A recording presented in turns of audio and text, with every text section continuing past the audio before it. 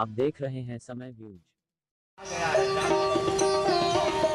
कोई बात नहीं, 4 पीढ़ी देखकर जा रहे हैं, कोई बात नहीं। कानपुर गौशाला स्थित श्री साईं पार्क में 17वां श्रीमद् भागवत कथा का भव्य आयोजन 25 सितंबर से 1 अक्टूबर तक होने जा रही है। कथा के प्रथम दिवस पर वृंदावन से पधारे कथावाचक ब्रजेश जी महाराज के श्रीमुख से क्षेत्रवासी कथा का करेंगे अमृतपान। श्रीमद् भागवत संगीतमय कथा का भव्य आयोजन मंदिर प्रबंधक पंडित अरुण कुमार मिश्रा, सतनाम अरोड़ा, जनक सिंह बिंद्रा, मनोहर लाल बजाज के विशेष सहयोग से संपन्न हो रही है। कानपुर से संवाददाता अरुण जोशी की देखें एक रिपोर्ट। सब काम के लिए हमारे पास समय रहता है, रिश्तेदारों से मिलने के लिए भी समय है, घंटों घंटों फोन पर बात करने के लिए भी समय है, मोबाइल की रील चलाने में भी समय है, और एक हनुमान चालीसा पढ़ने के लिए गुरु जी कहते हैं। तो सबसे पहला क्या करें महाराज, मन तो बहुत होता है लेकिन क्या करें, समय नहीं है, बोला जाए। इसलिए क्यों ये संसार की वासना ये हमको भगवान की तरफ जाने से रोकती है। इसीलिए जीव को चाहिए कि नित्य उपासना करे और फिर धीरे धीरे अपने उपासना के क्रम को बढ़ाओ।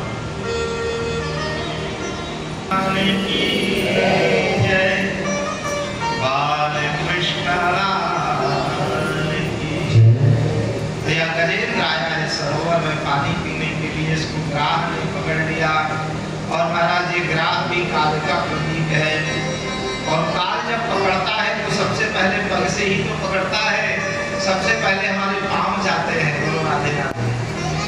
पांव जाएंगे फिर वो काल देवता धीरे धीरे ऊपर आते हैं, पेट तक पहुंच जाते हैं, पेट की पाचन क्रिया समाप्त हो जाती है। फिर काल देवता धीरे धीरे ऊपर आते हैं, मुख तक हमारे मुंह के दांत भी चले जाते हैं, आंखें भी चली जाती हैं, कान भी चले जाते हैं। अब तो भी तो अपने जीवन के रंग को बदल, अब तो सात्विक रंग में रंग जा, अब तो भक्ति के रंग में रंग जा, अब तो काले काम काले धंधे छोड़, अब तो भगवत भज।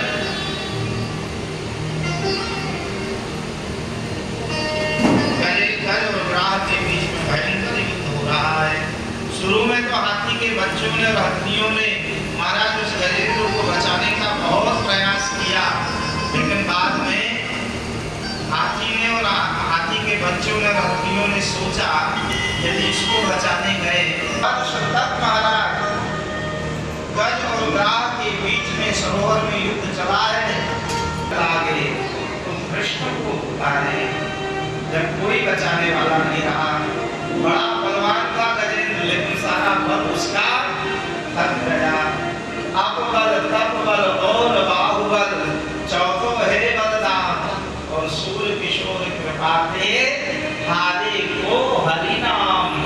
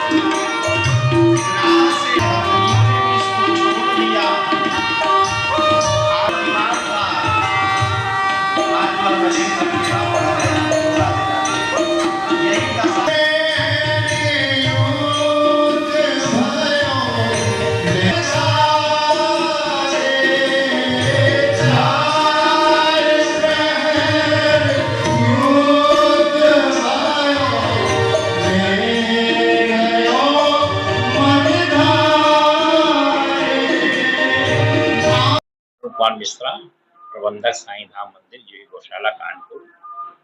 श्रीमद् भागवत का ये 17वां वर्ष का आयोजन है। जो विगत 16 वर्षों से लगातार साईं धाम मंदिर ट्रस्ट द्वारा आयोजित किया जाता है साईं धाम पार्क पर। लेकिन वर्षा के कारण 2 दिन से ये मंदिर पर आयोजन हो रहा है। आज चतुर्दिवसीय भगवान कृष्ण का जन्म उत्सव मनाया जा रहा है। क्षेत्र की जनता को हमेशा साल भर इंतजार रहता है कि कब पूज्य महाराज जी वृंदावन से पधारें और हम सबको श्रीमद् भागवत कथा को श्रवण कराएं। पितृ पक्ष में मंदिर का रखने का उद्देश्य होता है कि हमारे पितर जो हो भी उनका आह्वान करके हम इस कथा को श्रवण करें। ये मोक्षदायिनी कथा है और इस कथा को श्रवण करने वाले पितरों को भी किसी भी प्रकार अकाल मृत्यु हो गई हो या किसी को उनको मोक्ष प्राप्त हो, यही उद्देश्य लेकर इस कथा का आयोजन प्रतिवर्ष किया जाता है। कथा में महाराज जी कितने लोग उपस्थित हुए हैं? कथा में मंदिर पर लगभग 250 लोगों के जो है बैठने की क्षमता है और आप देख रहे हैं मंदिर पूरा भरा हुआ है। पार्क में जो कथा होती तो कथा वो काफी विस्तार होता है, काफी लोग क्षेत्र के लोग थे, लेकिन मंदिर की क्षमता है, वर्षा के कारण मंदिर का हाल छोटा है तो इतने ही लोग आ पाते हैं। नीचे भी व्यवस्था की गई है बैठने की, लेकिन क्योंकि कल से पुनः अगर मौसम खुला रहा तो पार्क में ही ये कथा होगी और कथा में पार्क में जो है ज्यादा लोग हजारों की संख्या में लोग कथा को श्रवण करते हैं। कथा के माध्यम से आम जनमानस से क्या कहना चाहिए? आम जनमानस से यही एक संदेश है कि सभी कथा और भागवत हमें संस्कार देती है और दूसरे हमें जो पितृ पक्ष में आयोजित कि हमें अपने पूर्वजों को नहीं भूलना चाहिए, उनका श्राद्ध तर्पण और उन्हें श्रीमद् भागवत कथा को आह्वान करके श्रवण कराएं और अगर हमारे पूर्वज जो है किसी भी प्रकार से प्रेत योनि में है तो इस कथा के माध्यम से हम उनको उद्धार कर सकते हैं। समापन अवसर पर और क्या-क्या कार्यक्रम आयोजित किए जाएंगे? ये श्रीमद् भागवत कथा भगवान की 24 अवतारों का कथा है, जिस पर आज 52 भगवान का अवतार होगा, श्री कृष्ण जन्मोत्सव होगा, कल रुक्मणी विवाह होगा और कल गोवर्धन पूजा होगी और परसों रुक्मणी विवाह होगा। अंतिम दिन जिन्होंने 6 दिन कथा को नहीं 7 दिन श्रवण किया है तो अंतिम दिन जो है वो अगर कथा श्रवण कर देते हैं, वो एक ही श्लोक है श्रीमद् भागवत का, तो उसको कर सकते हैं। अंत में यही है कि जो इधर उधर फंसे हुए वो सभी लोग एक उद्देश्य में सर्वधर्मान परित्यज्य मां एकम शरणं व्रजा अहं तवा सर्व पापेभ्यो मोक्षयिष्यामि मा शुचा।